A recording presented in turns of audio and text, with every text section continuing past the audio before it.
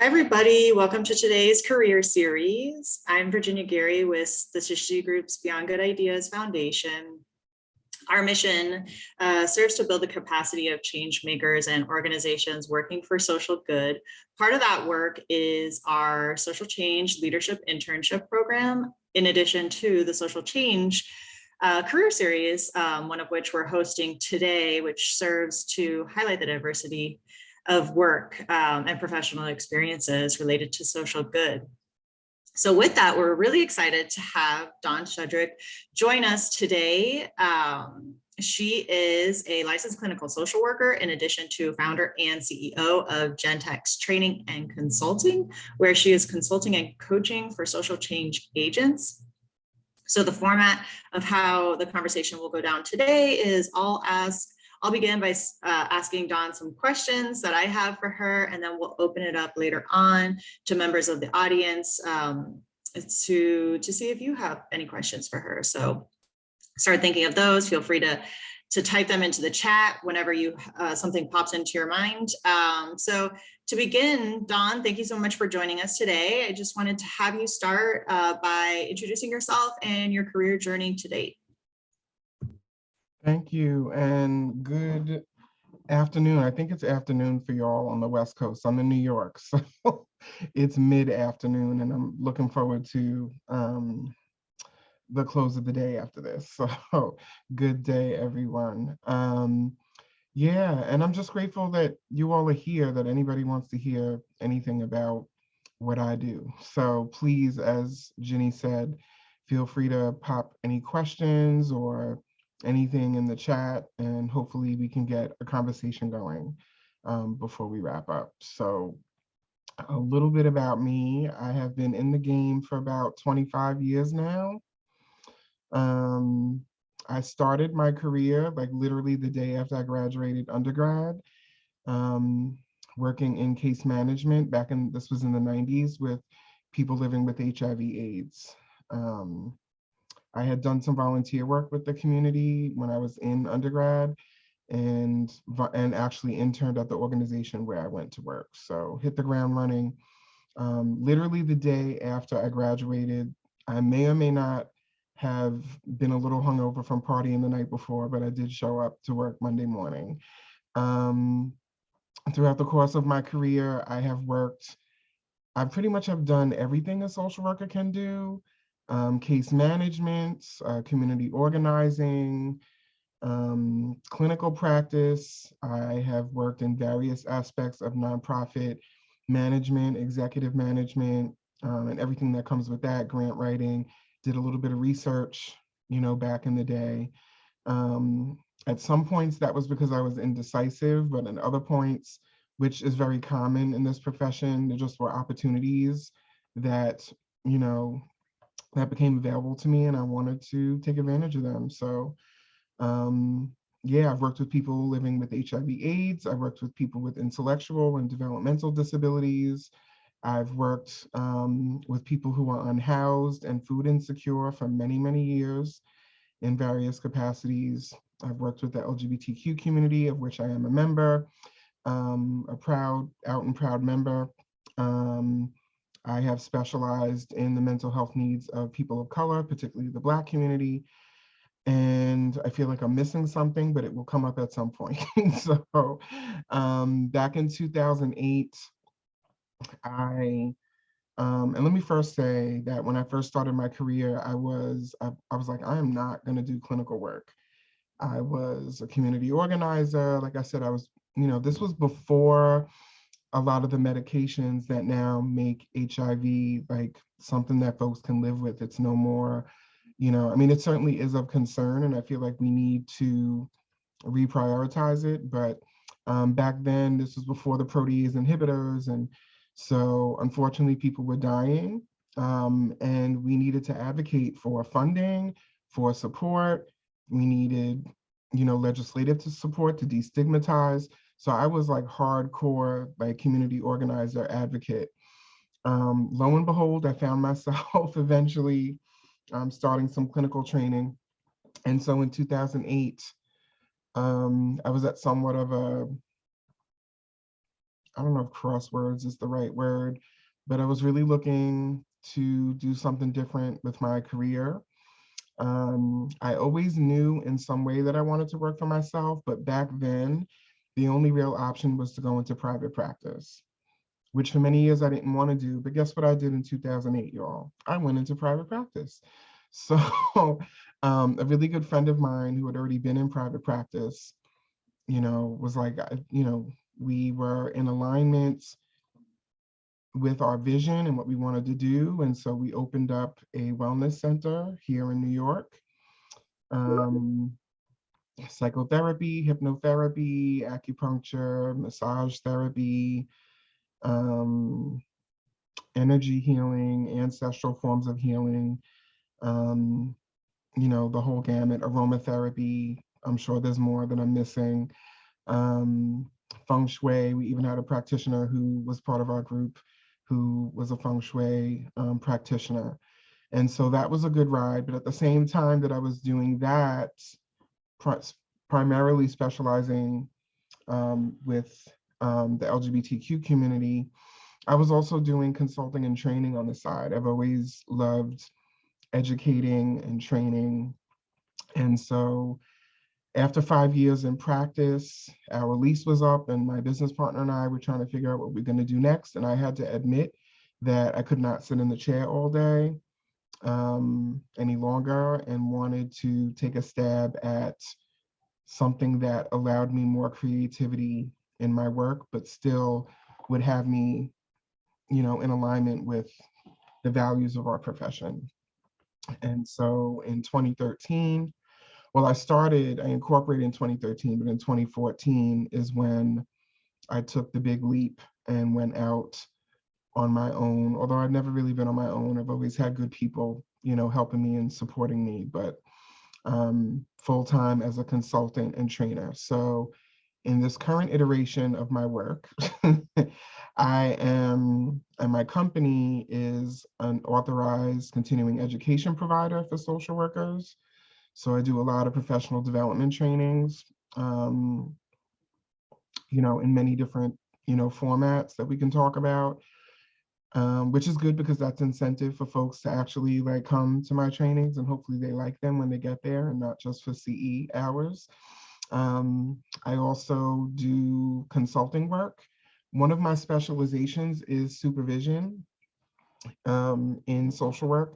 So a lot of my consulting work is working. I don't provide hands-on consulting supervision anymore. I work with leaders in teams and organizations to support them in cultivating their supervision practices and supervision culture within the organization. And then, as if that's not enough, I also do some coaching. So I'm I'm a certified coach. And what started off as executive coaching, and I'm doing, the air quotes because I really actually embrace it more as leadership coaching, and it's not limited just to executives because I believe we're all leaders and have capacity. So that work is specifically with folks in social justice organizations and really has an emphasis on wellness, healing justice, and how leaders in social justice movements can extend their expiration date on the planet by prioritizing their wellness while at the same time, fighting the good fight. So it sounds like a lot. Oh, and although I'm on a hiatus, I also teach at Columbia School of Social Work in their online program. But I'm on hiatus because I am completing my doctoral studies and need to get this dissertation done this year. So yeah, so that's it in a nutshell. I would have you here for much longer than an hour if I really broke down the journey, but feel free to ask any questions along the way. You're also a board member, correct? Oh yes, Jenny, thank you for the reminder. So I am if you didn't have enough. Yeah, that actually is, I'm not going to say it's light work, but it's hard work. So are you all familiar with the Network for Social Work Management? Are any of you familiar? No? Okay. So Some of us are, and we actually had Lakia, who is the okay, cool. CEO, come and speak to our group last semester, but I believe we have a lot of new interns who are on this Okay, call all with good. us. So yeah, that would be Cool. great to give us a Yes. little So we're gonna plug get for that. into this. Yes. So the Network for Social Work Management is actually technically it's an international organization that really focuses on social work management. And what is really great for you all, particularly as students, is that membership is free. But the organization, I'm a board member, and I've been on the board for about 5 or 6 years now, maybe 7 years. Um, they offer a lot of like resources that you actually can use. You're not just going to get a free, little one-page PDF report that a lot of organizations give you with free memberships. I mean, they have networking opportunities, they have amazing, professional development opportunities. That's actually how I met Thanera and eventually met Jenny and am here because we, met through our affiliations with the Network for Social Work Management. And so they have an annual conference this year. Yet again, it's going to be virtual, which I think is great. The conference used to be in person and it would travel around the country, which was great. But if you are living and working on a budget, now you can attend from anywhere. Yeah, like it's just, I'll put the link in the chat before we wrap up so that you can take a look-see. And if you have any questions, keep in touch with me. You'll have my contact information. Especially for students, I think this is the perfect time to, to join the organization and to really leverage and take advantage of the resources that they offer.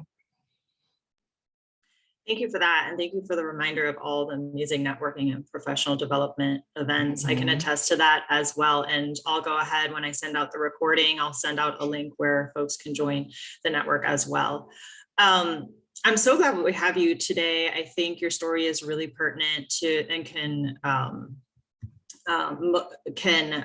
resonate with most members of the audience because like I had mentioned, we have the Social Change Leadership Internship Program. Many of our interns are currently Master of Social Work students. Yeah, and so you've kind of done the full social work career. You've gone from case management, clinical practice, you've done community organizing and advocacy, you're licensed, you're now getting your doctorate, you said. And so we have a lot of interns who have these questions. Once I graduate, should I get licensed? Should I go for the terminal degree? We have some folks interested in coaching and consulting. And so I have many questions related to your career path, but I guess just to start, since we do have a lot of macro social work students interested in the consulting piece and the coaching piece, could you just talk to us a little bit about what your typical day, week, or month looks like, and maybe talk about any challenges with consulting compared to other social work tracks, and what maybe you would have wished you have known going into it? Yeah, and I'll start there. What I wish I had known going into it was that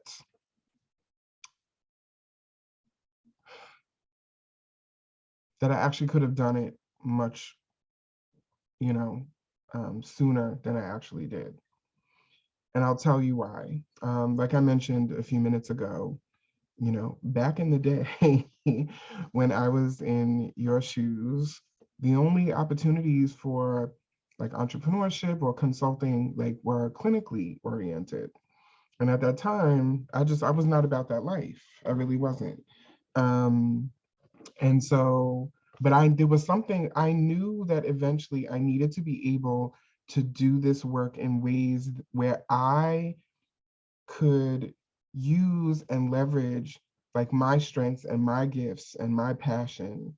And that never, I'm not I'm in no way dismissing anything that I've done in my career, but what really is at the core of me never really fit into the design, of nonprofits or human service organizations. And so I think that's also part of the reason why I was willing to hop around and just get different experiences. And so when the call really came and I believed that I was ready, I still didn't have many models out there. Most of the folks that I knew who were social workers or, worked in this sector, who were, entrepreneurs, were, again, most of them were in private practice. I did know some consultants and coaches, but they were not, how do I say this? Like, they weren't our people. Like, they worked with within the human services, but they were business oriented, who happened to be coaches, or coaches who would just work with anyone, if that makes sense.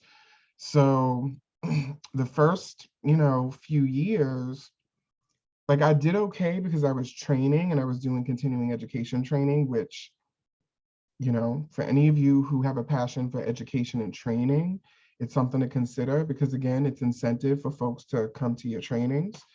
But I also, there was a lot of trial and error, if you will, because I didn't have a lot of models. And I'm so grateful that now, like, two of my meetings earlier today were with two different, with other consultants and entrepreneurs, one who I'm doing some collaborative work with, and another, we had a pick your brain session, right? I didn't have that almost 10 years ago. And so now that more of us, are taking the leap and are, you know, consulting, coaching, what have you, you all have access to more of us who, right, can provide, whether it's support or, encouragement, whatever, to like do the thing. Because what I'll say about the beauty of consulting is, at least in my experience, is that you get to pull from not just your social work education and training, you get to pull from every part of you that comes together to inform what it is that you're going to offer as a consultant and or a coach. So what do I mean by that? I am the firstborn of my siblings. That factors prominently in my work. I am the primary caregiver of my mother, who is living with multiple sclerosis. That informs my work. Um, Truthfully, now I work completely from home. This is my home office. Up till about 15 minutes before I signed on with you, Jenny, my dogs might have been in this room. You all might have met my dogs today because my mother's nurse was running late, right? That's just the reality of working for yourself and working from home, right? In the pandemic, right? I'm also an ordained interfaith minister. So, I'm spiritually polyamorous, as I like to say. And so that informs my work as well. I'm a Pisces, that informs my work. Um, I'm a certified aromatherapist, that informs my work. I'm a good listener. I'm a trained therapist, that absolutely informs my consulting work.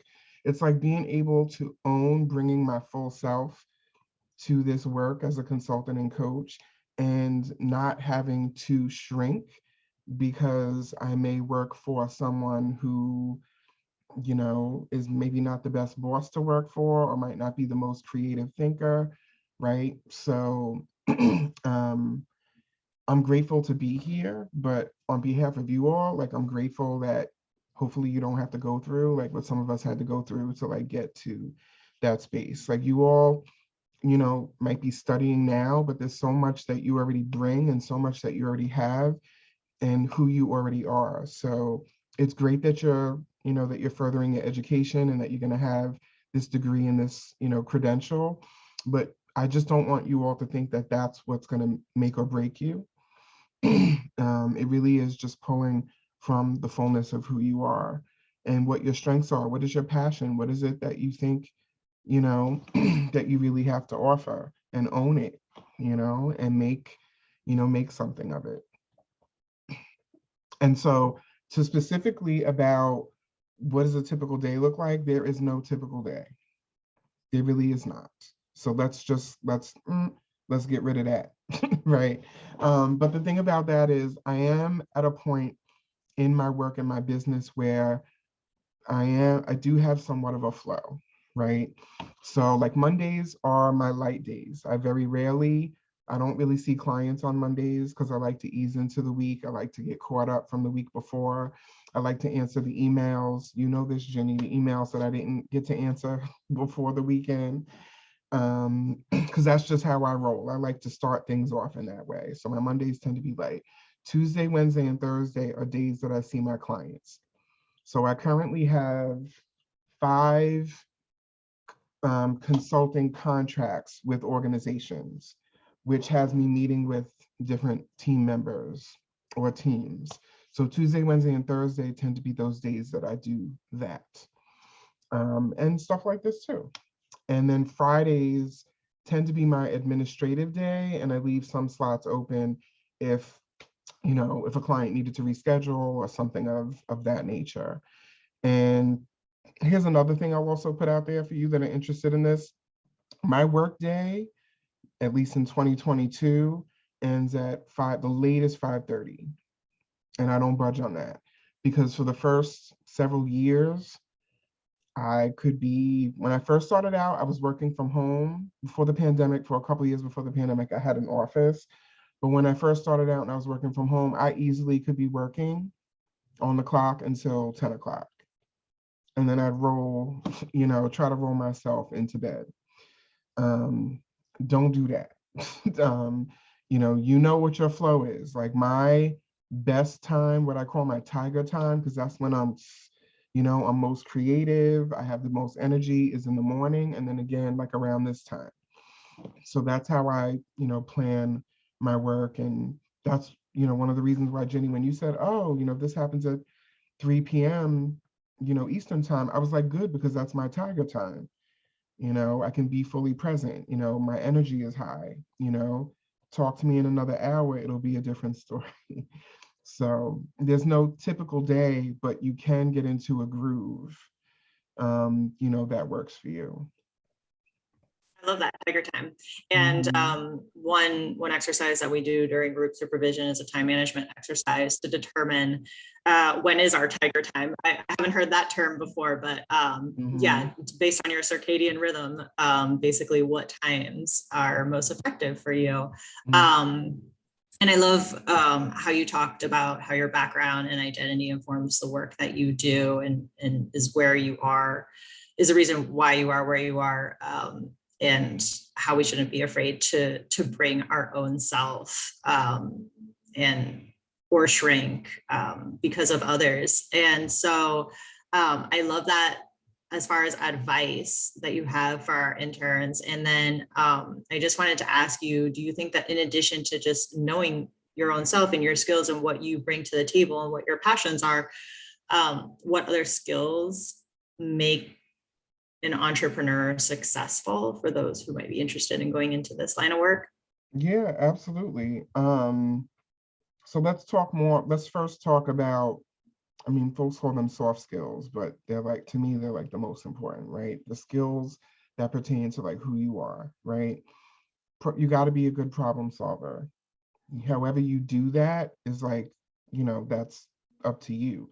But there's going to be problems, like no matter what the astrology says, because I'm very much in alignment with that.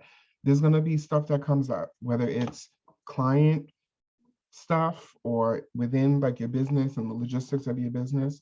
So you have to be, and you have to be a good problem solver. You have to be able to think through things like that, right? And tap into your creativity. Like I literally consider my business to be my canvas.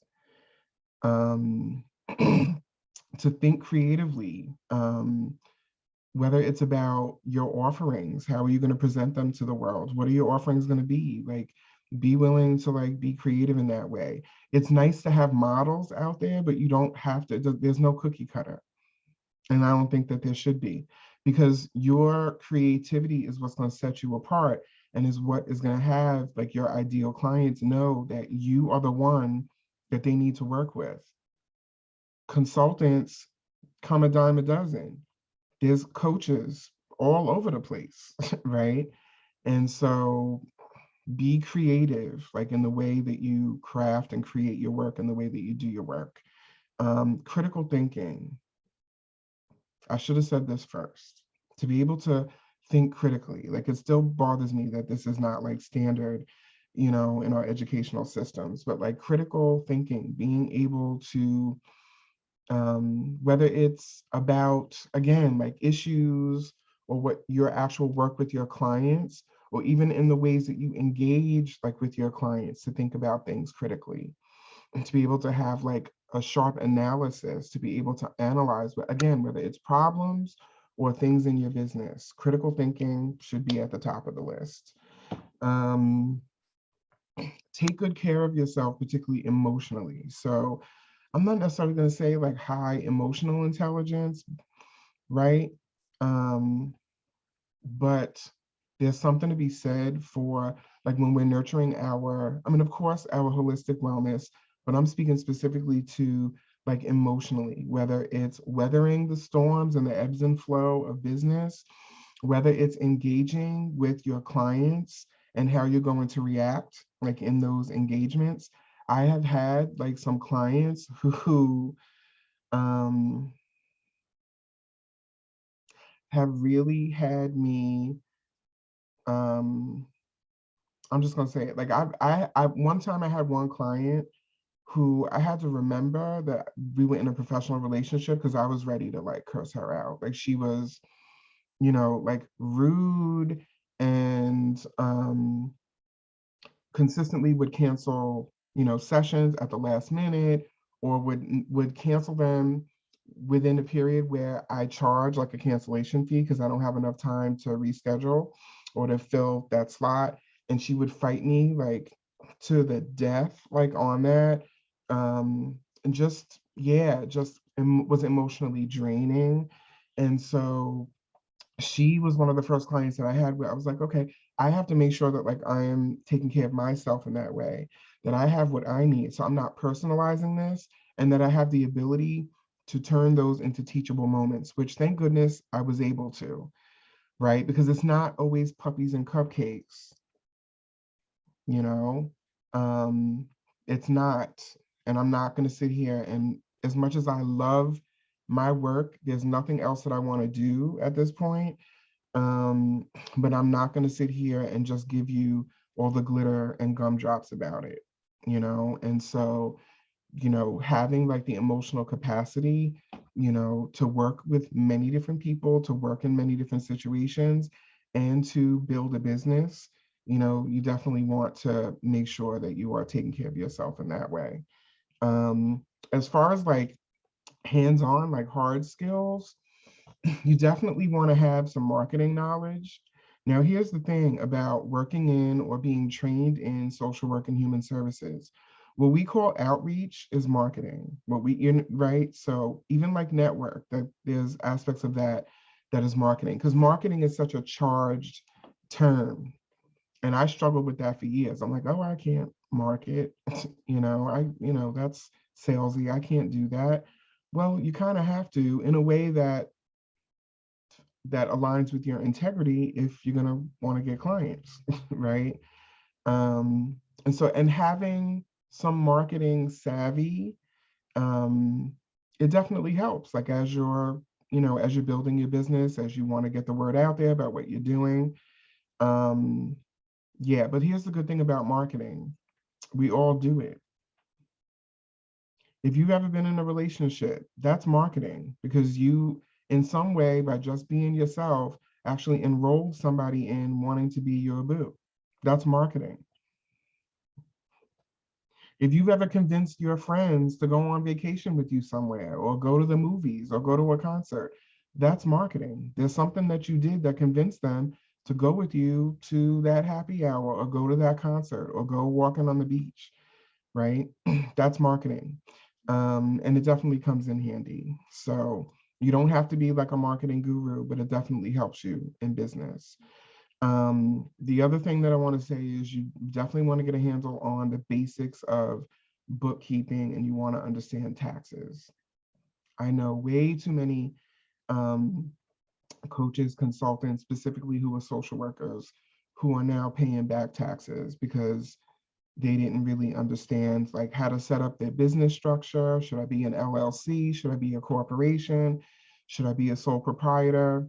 And they didn't get the best guidance or didn't get any. You know, they have a lot of those DIY websites, weren't necessarily keeping track of their expenses or understanding expenses, and are now paying the price. So you definitely want to, you know, if you can't afford like an ongoing accountant, you at least want to consult with one initially and get some good tips and keep up, you know, on all that good stuff, and understand your money and understand like how you can make it grow, you know, in your business. Very, very important, because that's the stuff they don't teach in social work school. And they won't. Um, I'm glad you brought that up, because you're giving us a lot of food for thought, for things, skills that I wouldn't necessarily think consultants before getting into the work would need. And so it's good to hear it up front rather than finding this out later, trial by fire, as you were mentioning earlier. We actually had a student post a question in the chat saying, you know, when certain schools are very focused on clinical work, do you have any advice for how they can gain these soft and hard skills in more of a macro environment? Any resources to build their skills, or any situations they can put themselves to build their skills, since like you said, they probably won't teach it in school? Yeah, they won't. But that's a great question, right? Because all social work schools are not created equally, although many of them do focus on clinical skills, right? So if your school has a concentration that's macro focused, you definitely want to get up in that, right? If for any reason you can't, or if they don't have one, seek out professional organizations. I'm going to beg of y'all, and I won't get a toaster for this, even though I'm on the board, but look into, you know what, let me give you the link right now. Look into the Network for Social Work Management. Social Work Manager. I think this is it. If that link doesn't, you know what, let me get the actual link, because I want to set y'all up for success. Here we go. Oh, I was right.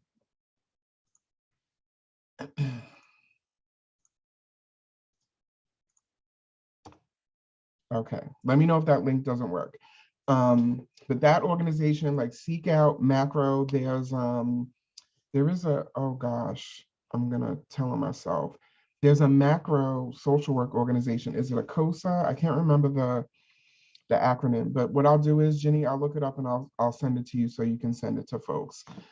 Seek out the macro organizations, and then they're not even all created equally. So if there's something in particular that you already have an idea about that you want to do, look for an organization that actually focuses on that. The Network for Social Work Management, like I told you, their membership is free.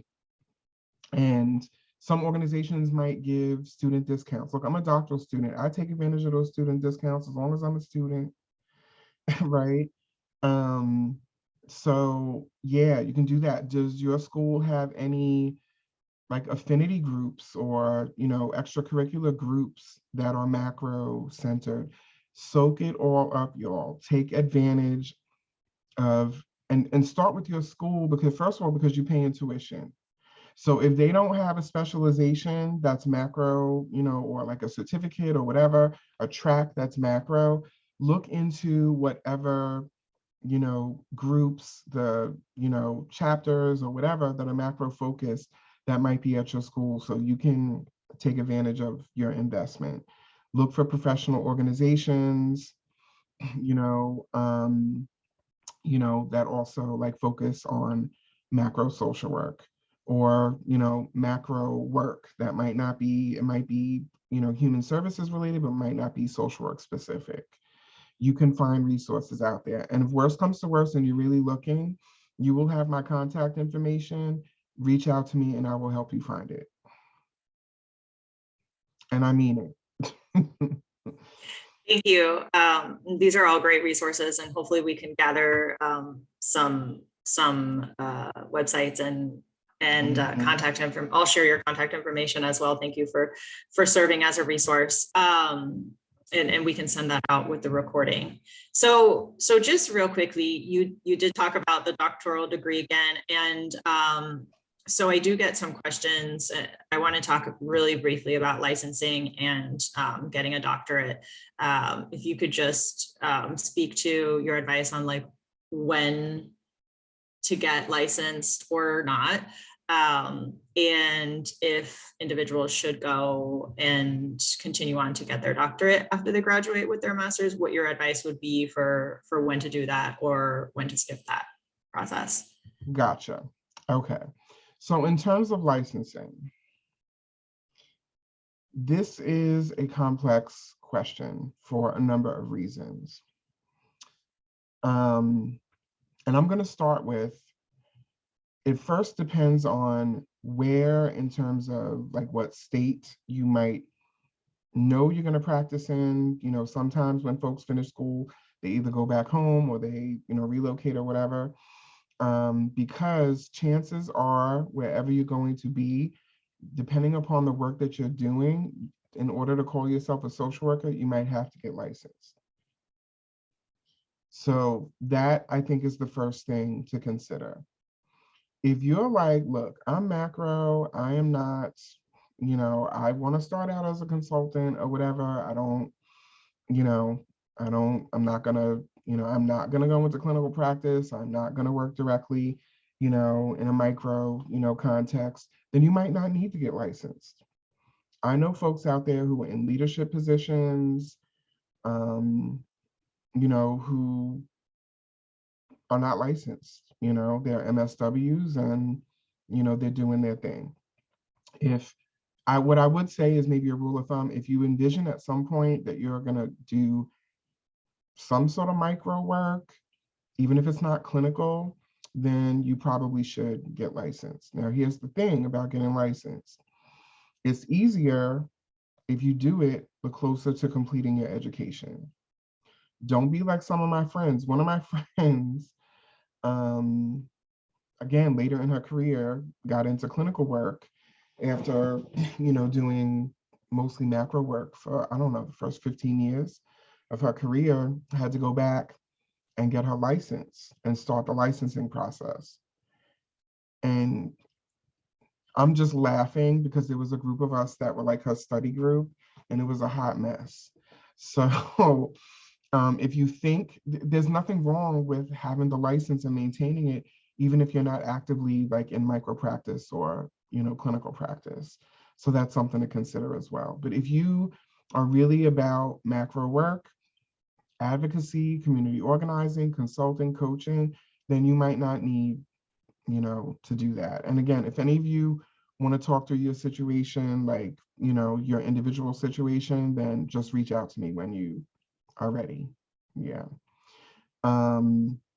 In terms of doctoral education, so what I did not say, what I just realized I did not say when I was introducing myself, is that my doctoral work actually is in adult education and adult learning, because I love training that much. And I was going to go for a social work PhD, but I wanted to advance my learning and really understand how adults learn so that I can create the best possible training and consulting experiences.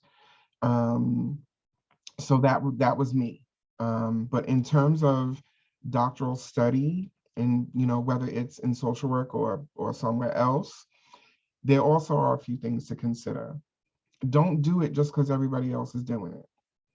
And I'm gonna tell you all right now, because not only I finished my coursework, But I know several folks who are social work PhDs. You know, I've been teaching for many years, so I have a lot of friends and colleagues who have, oh, I did not turn off my ringer. Excuse me. um, you know, I have a lot of, you know, folks who've been through it. Doctoral study is very different from undergrad and very different from getting your master's degree. It is a whole other level of commitment. It's a whole other level of learning, because when you're studying for your doctorate, PhD, I'm studying for an EDD, you are essentially doing your studies that are going to have you be like an expert in like your, you know, your area of focus. And that's a lot of reading. I have always been a voracious reader. I am sick of reading after the last 3 years. I like reading hundreds of articles within a couple of weeks, just whoa. And I can't wait to go back to reading just like trash, you know, mindless brain candy. So, because I haven't in 3 years.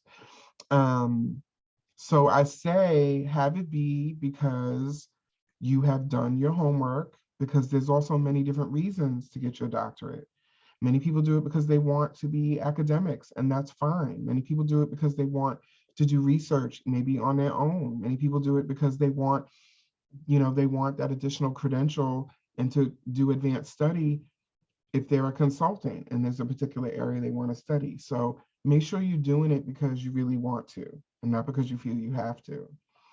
And it's something that you can do whenever the time is right for you, because again, it is a commitment. I have, you know, was still working full time in my business when I was taking my classes, because I have bills to pay, you know? And so, yeah, I got scholarships, but they didn't cover everything. And so, but some social work PhD programs actually can be fully funded, you know, so you might not have to worry about that. So I just say, do your homework, and that homework should be more than anything, when it comes to doctoral study, the school, don't think, oh, I'm going to go to this school because I love this school. You're going to want to go to a particular school and program because they specialize in what you're looking to do, or there's faculty there that you want to study with, right? So I went to Columbia, Teachers College at Columbia, less because of the name, but more because my doctoral advisor is one of the top researchers in the world in adult education. And I wanted to study with her. And I wrote that I made it known. I was like, I'm coming here because I want to study with you, you know? And that's what you want to do if you want to pursue doctoral studies, is you want to make sure that you're doing your homework, because it is a commitment, you know? And like everything else I've said, if you want to talk about that, you know, please feel free to reach out. That's great. And so it sounds like with licensing, if you're not sure, maybe get it just in case. And with a doctorate, you kind of have to have a really clear idea why you're going for it. Yeah. Yeah, I agree. And I didn't get my licensing, and I'm 5 years out now. And I think I can't imagine being 15 years out like your friend. It's already too late for me, I think. It was a journey. So, yeah, but that's impressive. So you brought up mindless brain candy, which I love some of the terms that I'm learning today. So real quick, I want to pivot to self-care, since you do specialize in healing from stress, occupational burnout, and caregiver stress. And you're on a mission, as you say, to liberate us from the stress and burnout of working to create change. Obviously, social work is high in stress and burnout. What would be your advice to our students or our professionals in the audience for managing their stress and burnout in the field? Yeah, and for those of you that are students, like, I'm grateful that we can even have this conversation, because this wasn't even a thought like back when I graduated my MSW in 2000, you know, and had been in the field from the mid 90s. And you know, and I'm a Gen Xer, so like we were still part of the, you know, those generations that were taught that like you fight the good fight, and like you fight to the death, because so it'll benefit those that come after you, right? And so like that's like a part of our conditioning. So when this whole self-care stuff started popping up, I was one of the first who was like, what is that? Like, we're supposed to fight hard, until about 10 years ago, I was hospitalized for exhaustion and dehydration. Now, let me tell you about dehydration, which that was the part that bugged me out. Exhibit A. Y'all see this water bottle? This is 116 ounces. My entire adult life, if not sooner, I'm a water drinker. So for those of y'all who are like, oh, I can't drink water, I don't like water, come on the bright side. I've drank at least a gallon of water every day my entire life. So when my doctor was like, but you're still dehydrated and you're exhausted, and this was my doctor my whole life. He still is my doctor for like 30 something years. So he was allowed to curse me out and admit me to the hospital where I had to be hooked up to IV. And I was like, I didn't know exhaustion was a thing. I thought it was like a PR stunt when celebrities were going into rehab. They tell the world, oh, they're exhausted, they're in the hospital, when they really go into rehab. And that was like one of those moments for me where I was like, I can't be killing myself with this work. I want to be able to enjoy life, extend my expiration date on the planet, but also still feel good about the work that I'm doing. And so the fact that you all, like, we can have this conversation when many of you all are still in school is like priceless. And so whatever it is that you do to take care of yourself, make sure that you continue to prioritize that. You don't have to get caught up in what the rest of us did in terms of working yourself into a coffin or an urn, if you prefer to be cremated, right? So please don't do that. Like, you all are in a position where you really are the ones who can move, forward this culture shift that I think it's underway. We still have some work to do, but you don't have to kill yourself to get your work done. And unfortunately, it's still the culture in a lot of organizations. But when folks like you become leaders in those organizations, then you are empowered to actually like make the change, And so, yeah, like if there's nothing else that you walk away from this talk, is like, I really want to impress upon you the importance of you taking good care of yourself and being unapologetic about it. So when you want to take a day off, take a day off. You don't have to have the flu to take a day off. Don't wait until, you're about to lose vacation time before you take vacation time. And for those of you that are going to work for yourself, this is the first year that at the beginning of the year, I blocked out all of my time off, at least the planned time off for the year. This is the first year, and I've been doing this for over 10 years. So like, make it a priority and don't budge on it. Yeah, it's really interesting also talking about coming from a different generation and how there is a cultural shift. And I still do see there's a lot of awareness and a lot of discussion on burnout and self-care, but there's still some discomfort with actually implementing it and lack of prioritization among people in the sector. And so definitely prioritizing it is the challenge, but the priority. I want to take a few moments. We have a little bit of time left, just about 10 minutes. Open it up to audience for any questions. Feel free to go ahead and unmute yourself or send anything in the chat, either to me and I can ask it, or you can send it to everybody. Any comments or questions from anyone?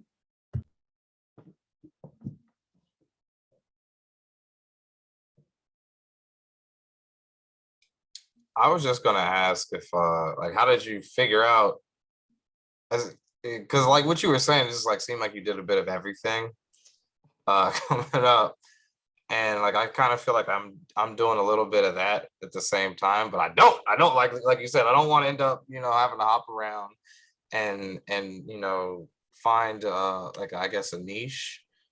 So like, how did you decide your path really and figure out like what moves you wanted to make? Because like grad school ain't cheap, and going back to school ain't cheap at all, and doing all this work is not cheap, and it's definitely costly in terms of time and effort. So I was Mhm. just curious how you develop that, that focus. Yeah, thank you. I appreciate you asking that question. So let me first say that when I was doing it in terms of taking different opportunities and hopping around, there were many times where I felt like, okay, I need to figure out where I want to specialize and just do that for the rest of my career, right? I didn't see the value in getting a broad range of experience. And I'm not telling y'all to hop around for 15 years like I did, right? However, I did get to a point about 5-ish years ago when I really started to like refine and hone in terms of my consulting and coaching work, that I realized that all of that experience, when I really like brought it all together, it really has and continues to set me up in terms of being the best possible consultant that I can be, even though I do have my niche areas, right? So let me give you an example. Um, one of the organizations that I'm currently working with, it's more like organizational development consulting. So I am in the midst of doing an assessment with, throughout the entire team. It's an organization that advocates for women and girls, like advocacy organization. They're based in New York, but their work, reaches throughout the country and internationally in some cases. And so I'm working this assessment specifically in terms of their supervision practices, because like I told you, that's one of my passions and specializations. So I'm looking at everything in terms of their supervision, culture, and structure, right? Oh, thank you for being here, Marlene. Keep in touch. Um, and so in doing this, not only am I looking at, okay, how often do you meet for supervision, or what are your, you know, what do you do in your supervision sessions? But I'm working with many different members of the team. So I'm also working with and assessing the grant writers. And I know what their work is like because I've written grants and I've worked in the development department before, right? They have a department, they have a community organizing department. And so in working with them and eventually coaching them, because after the assessment, as a part of my contract, the longer part of my contract is to coach them around their supervision practices. And so I know their daily struggles because I've been a community organizer. They have a clinical department. I've been in clinical practice, right? So when it drills down and when we get to like the nuances of consulting, they know that like I have that experience, and then I have the confidence because I can understand the moving parts because I have all of that experience. And I have experience within nonprofits in almost every capacity and every relationship that you can have. Even as a board member, I've been in addition to the network, I've been a board member at a few nonprofits, a grassroots at its founding, and another larger nonprofit. And so when you are a consultant, there's this assumption that like you have some degree or level of expertise and you get to draw from, I mean, listen, I don't care if you flipped burgers before you went to get your MSW. There's probably something from that experience that you could bring to your work as a consultant. And so more specifically to what you asked, about 5 years ago, I got to a point where, and so this is some business acumen. Um, when you are able to hone in on a niche, it actually is going to work better for you. There's a really costly assumption that when you just offer like all of your services very broadly, that it's going to cast a wider net. But that's not the case. When you have a niche, right? And I'll tell you about one of my coaching niches in a moment. That's going to draw the people who are looking specifically for that service. Does that make sense? So let me tell you all something about my consulting and coaching.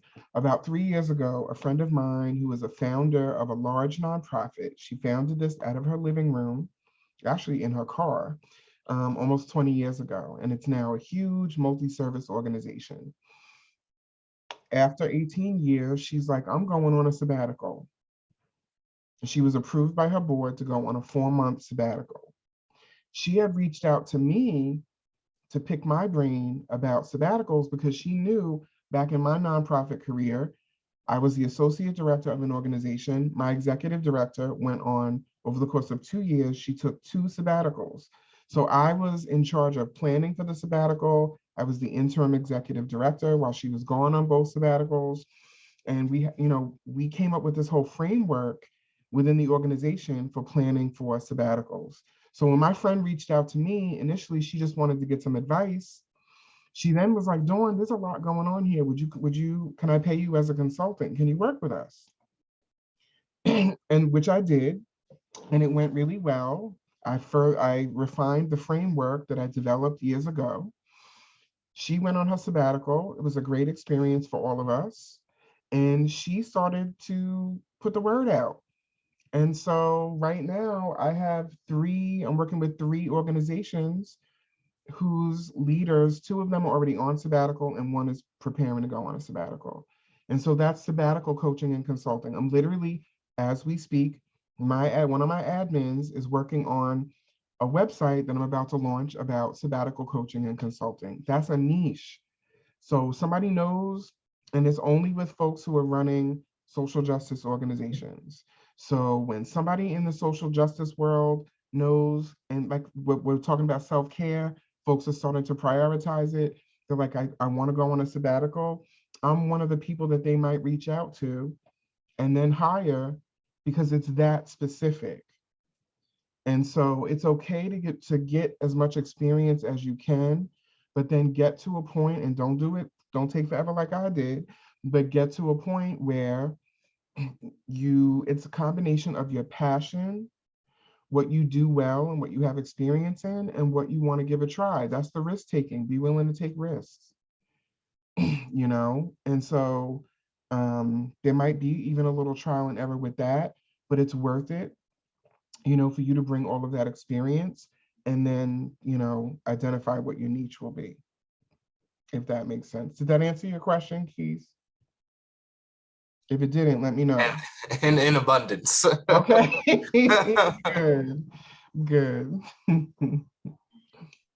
really like that perspective because I myself have also felt frustrated in my career, and I felt that I found my niche later in life. But I really like your point of view, because it kind of sounds like some of us need to go through the process of trying a bunch of different things in order to figure out where we should end up. And when we end up where we should, we then have the skills and the experience that we otherwise wouldn't have. So it's just about valuing your experience and changing that perspective. Okay, we have some comments in the chat box that individuals have to head out. And thank you so much. Yeah, we're almost at the hour now. I saw you shared your contact information. Okay, so if folks are interested in getting into contact with you for any kind of coaching, consulting, or just to continue the conversation, they can reach out to you here at this email address. I'll also send that out in my follow-up email. This has been a great conversation. We covered a broad range of topics. I'm sure individuals will have additional questions, so I appreciate you serving as a resource for us. I just want to say, if you do email me is best. You can holler at me on LinkedIn, but email, I'm telling on myself. Email is best, at least for now. And just mention that you will participate in this career series so I remember.